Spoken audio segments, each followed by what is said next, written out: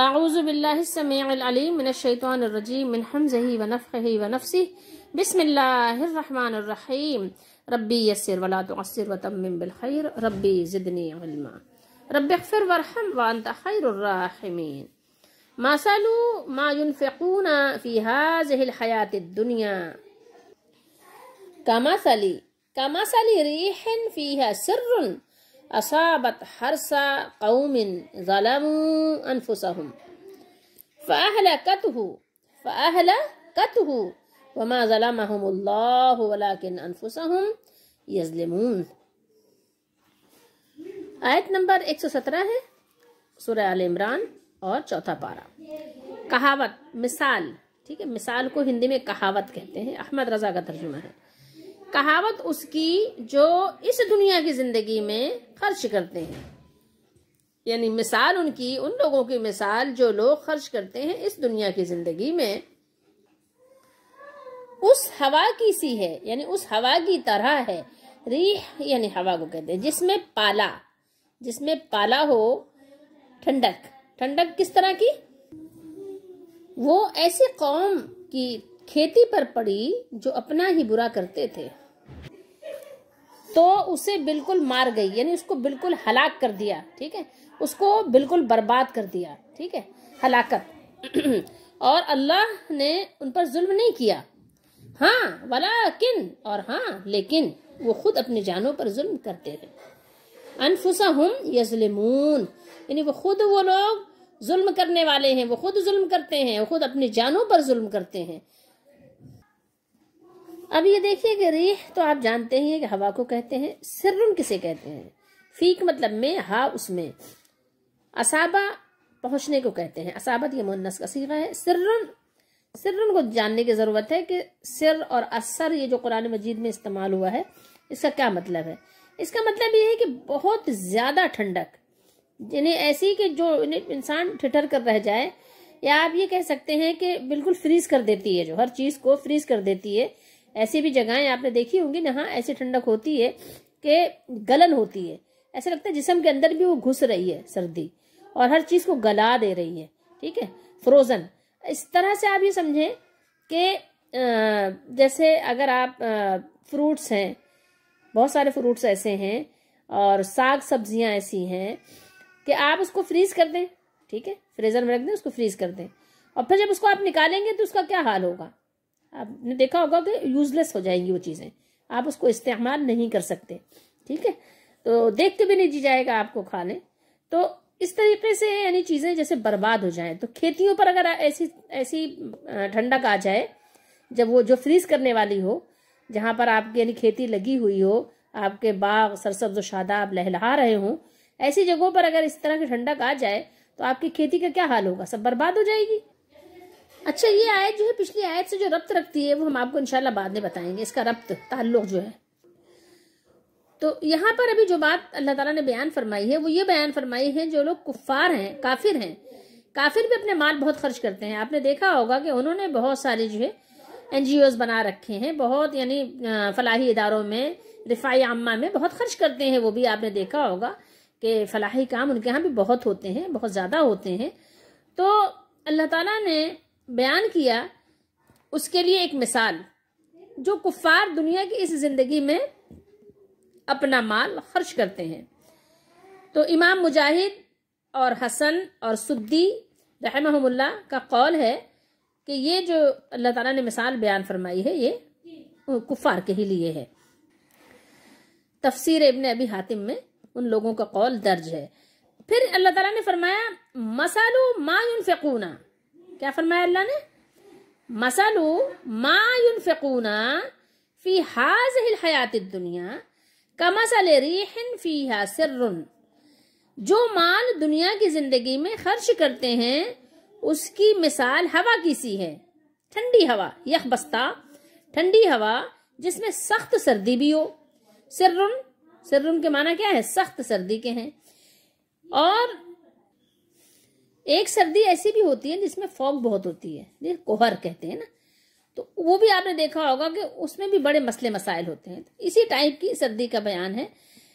یہ یعنی مختلف صحابہ رضی اللہ تعالیٰ عنہم وغیرہ کے اقوال ہیں، حضرت عبداللہ بن عباس رضی اللہ تعالیٰ عنہ کہ جو تفسیر ہے ابن ابی حاتم ان سب میں یہ ذکر یعنی مذکور ہے اس میں. تو یہ تو سب جانتے ہیں، بالخصوص کسان وغیرہ جو کھیتی کرتے ہیں، تو جو کھیتی کرنے والوں کا گروہ ہے وہ تو اچھی طرح جانتے ہیں کہ سخت سردی خصوصاً جس میں کوہر ہو اور ژالہ باری، یہ سب فصلوں کو اور پھلوں کو اسی طرح جلا دیتے ہیں جس طرح آگ سے کسی چیز کو جلا دیا جاتا ہے، برباد کر دیا جاتا ہے. جیسے آگ کسی چیز کو برباد کر دیتی، اسی طریقے سے یہ سردی بھی جو سرن ہے یہ بھی ایسے ہی ان چیزوں کو برباد کر دیتی ہے، مٹا دیتی ہے، ملیا میٹ کر دیتی ہے. فرمایا اصابت ہرسا قوم ظلموا، وہ ایسے لوگوں کی کھیتی پر جو اپنے آپ پر ظلم کرتے تھے چلے. یعنی وہ ہوا ہر ایک پر نہیں چل رہی ہے، کیونکہ یہ وہ ہوا نہیں ہے، بلکہ یہ تو ہوا ہے ظالم پر چلنے والی نا، جو ظلم کرتا ہے نا اس کے لیے یہ معاملات ہیں نا. ٹھیک ہے، جس نے کنویں میں چھلانگ لگائی ہے نا تو ظاہر ہے کہ تو کنویں میں تو وہی گرے گا جس نے چھلانگ لگائی ہے، ہر کوئی تو نہیں گر جائے گا، لاکھوں کنواں کہیں راستے میں کیوں نہ ہو. ٹھیک ہے، کھائی میں تو وہی گرے گا جو کھائی میں چھلانگ لگائے گا، پہاڑی سے وہی گرے گا جو پہاڑی سے چھلانگ لگائے گا. ٹھیک ہے، اللہ یہ کوئی پھسل جائے وہ الگ بات ہے. تو یہ تو اس کے عمل کی وجہ سے ہوا ہے نا، یہ ہر ایک کے لیے نہیں ہے. جس نے جس کا جیسا عمل کیا ہے یہ اس کے لیے ہے، یہ مصیبت اسی کو پہنچے گی. یعنی وہ ایسے لوگوں کی کھیتی ہے جو اپنے آپ پر ظلم کرتے تھے، یہ ان کے ساتھ معاملہ ہو رہا ہے، یہ ہر ایک کے ساتھ نہیں ہو رہا ہے. ٹھیک ہے، تو وہ ایسی ہوا چلی تو اس نے کیا کیا، ان کی کھیتی کو تباہ کر دیا، برباد کر دیا. ٹھیک ہے، اس کو جلا ڈالا سمجھ لیں، اس کو اس طرح تباہ کیا جیسے کوئی چیز جل جائے، تباہ ہو جائے. اور جیسے کہ آگ کا بگولا ہوتا ہے آپ جانتے ہیں. ٹھیک ہے، تو جب وہ جیسے گرمیوں میں شدت کی وجہ سے بھی ایسا ہوتا ہے، تو جب وہ کسی ایسی کھیتی کو اپنے لپیٹ میں لے لیتا ہے جس کے پکنے اور کٹنے کا وقت قریب آ گیا ہو، کہ اب وہ کھیتی تیار ہو گئی ہے، بس اب اس کی فصل جو ہے نا وہ کھانی ہے. ٹھیک ہے، یا اس سے فائدہ اٹھانا ہے، اس سے کاروبار کرنا ہے. تو جب اس کا وقت قریب آ گیا کہ اب اس سے فائدہ اٹھانا ہے، فائدہ اٹھانے کا جب وقت آ جائے تو پھر یہ کہ وہ برباد ہو جائے.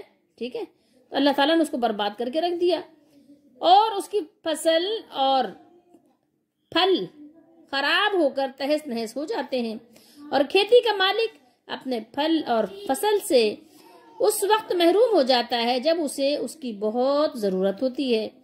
تو اسی طرح اللہ تعالی کا کافروں کے اعمال کے ثواب کو اسی دنیا ہی میں ختم کر دیتا ہے. جو کچھ بھی اچھا اس نے کیا تھا اس کو دنیا میں کسی نہ کسی طرح سے عوض دے دیا جاتا ہے. اور ویسے بھی دنیا میں اللہ نے اس کو عوض دیا ہوا ہے، اس کو صحت دی ہوئی ہے، اس کو زندگی دی ہوئی ہے، اس کو مال دیا ہوا ہے، اس کو اولاد دی ہوئی ہے، اس کو نعمتیں دی ہوئی ہیں. تو یہ بہت بڑی اللہ تعالیٰ نے اس کو پھر بھی اپنی رحمت سے نوازا ہوا ہے دنیا کی زندگی میں.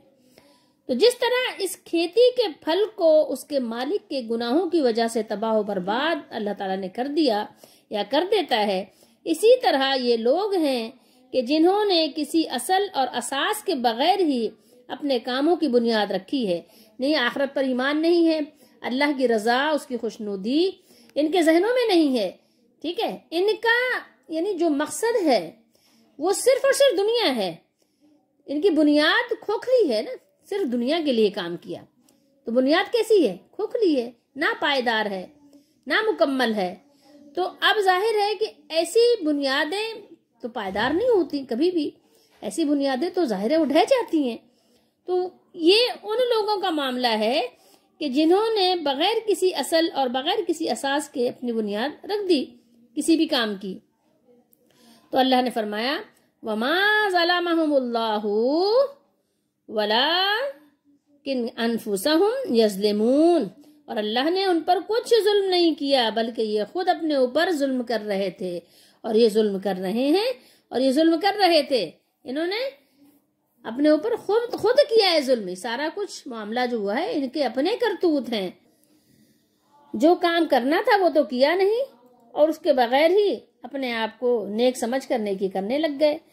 کرنے والے کام کیے نہیں. ایمان لانا تھا پہلے تو کیا تھا؟ ایمان لانا تھا اللہ پر، آخرت پر، مرنے کے بعد اٹھنے پر، حساب کتاب پر، رسولوں پر، کتاب جو اللہ نے بھیجی اس پر ایمان لانا تھا. ایمان لائے بغیر انہوں نے کیا کیا؟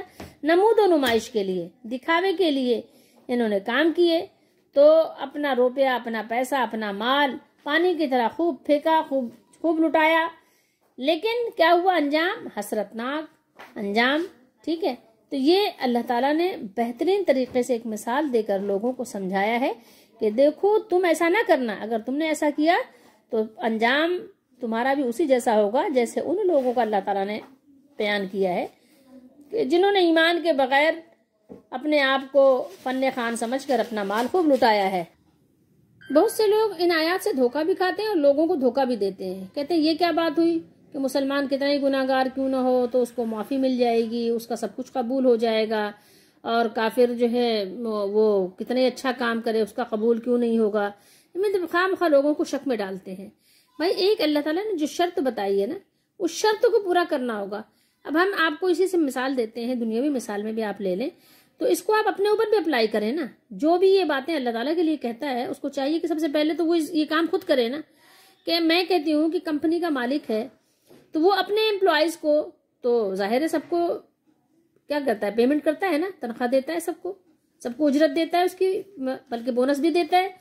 تو اب میں یہ آپ سے کہوں کہ بھائی دوسرے لوگوں کو کیوں نہیں دیتے؟ دوسرے لوگوں کو بھی دیا کرو، جو کمپنی کے تمہارے امپلائی نہیں ان کو بھی دینا چاہیے نا. کیوں نہیں دیتے؟ ان کو بھی دو. تو کہیں گے نہیں انہوں نے کام نہیں کیا. آپ کے کمپنی کا رول تو یہ ہے کہ جو آپ لوگوں کی کمپنی میں کام کرے ان کو آپ دو، جو کام نہ کرے ان کو آپ نہیں دو.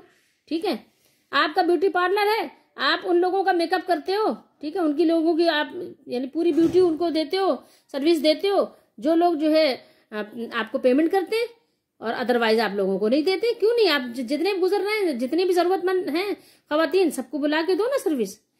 سارے خواتین کو، سارے مردوں کو، سب کو چاہیے کہ سب کو سروس دو، سب کا فیشل کرو، سب کی بلیچ کرو، سب کے جو ہے کیا کہتے ہیں ان کے جو میک اپ کا وغیرہ کا جو کچھ بھی ہوتا ہے سب کچھ کرو.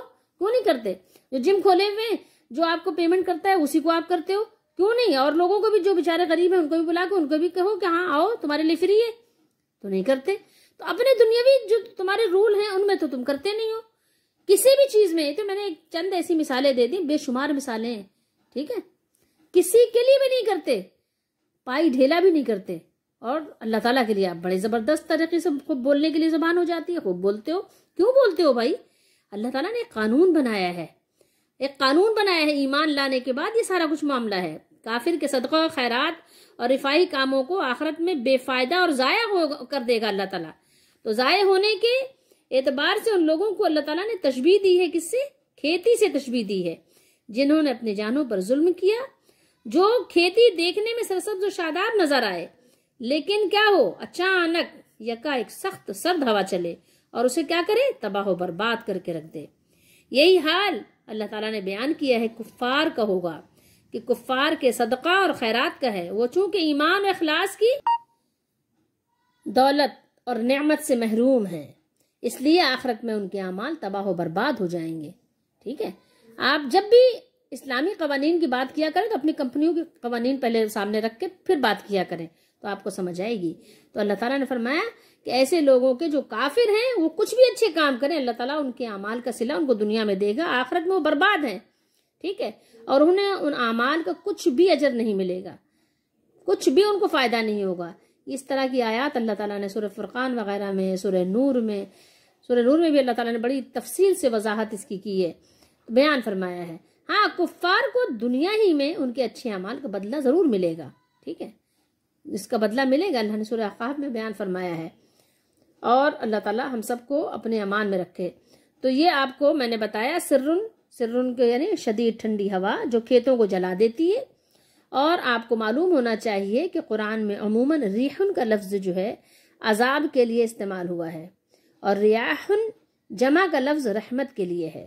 ٹھیک ہے، اس کے علاوہ وما ظلمہم اللہ، یہ اللہ نے بیان کیا کہ ان کے اعمال جو ضائع اور برباد ہوئے ہیں یہ اس وجہ سے نہیں کہ نعوذ باللہ استغفر اللہ، اللہ تعالیٰ نے ان پر ظلم کیا ہے، بلکہ خود ان کے اپنے اوپر ظلم کا نتیجہ ہے. انہوں نے اپنے آپ پر ظلم کیا.